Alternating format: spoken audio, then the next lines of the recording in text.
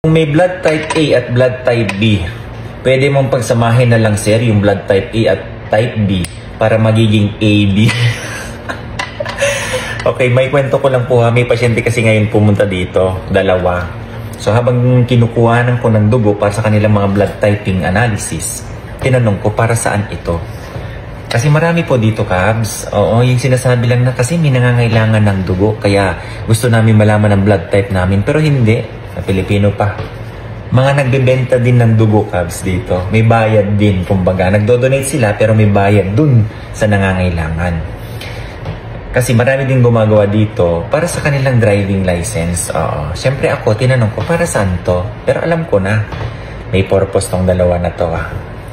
Ngayon, ginagawa ko yung kanilang analysis. Lumabas ngayon, yung isa A, yung isa B. O ikaw, blood type A, positive ka. Ikaw naman, B positive. Bakit? Sino ba yung bibigyan nyo ng dugo? Kasi may kaibigan kami na blood type AB. So, anong gagawin nyo? Yung blood niya, yung dugo niya at dugo ko, pagsamahin na lang para magiging AB. Diyos ko, mapapaganyan kayo lang. Sabi ko, li kayo.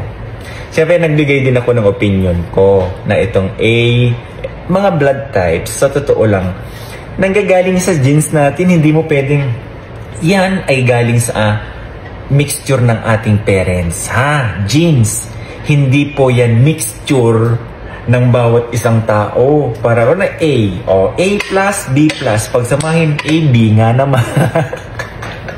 Ano ba naman sabi ko?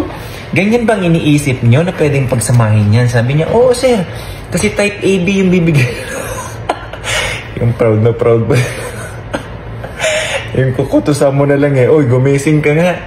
O ano na yung nasa isip nyo para magkapera lang kayo. Ayun, na nalaman nilang gano'n na hindi pala pwedeng i-mix. Kasi akala nila yung A at saka B i-mix. Cabs, tingnan mo yan ha. Diyos ko, oo, totoo. Meron palang nag-iisip ng ganyan. So, sa akin lang, Cabs, naikwento ko lang to ha. Baka kung kayo, meron kayo i-donate dyan, o may nangailangan ng dugo dyan, kailangan ng AB, o si A at si B, pumunta, pagsamahin. Okay? Hindi po ha, kailanman pwede.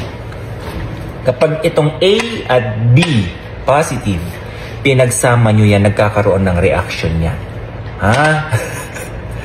Okay? Awareness, Cabs, ha? Diyos mio. Alagaan niyo pa yung kalusugan nyo. Naikwento ko lang, Cabs. Kasi nangyayari po talaga. Bye-bye.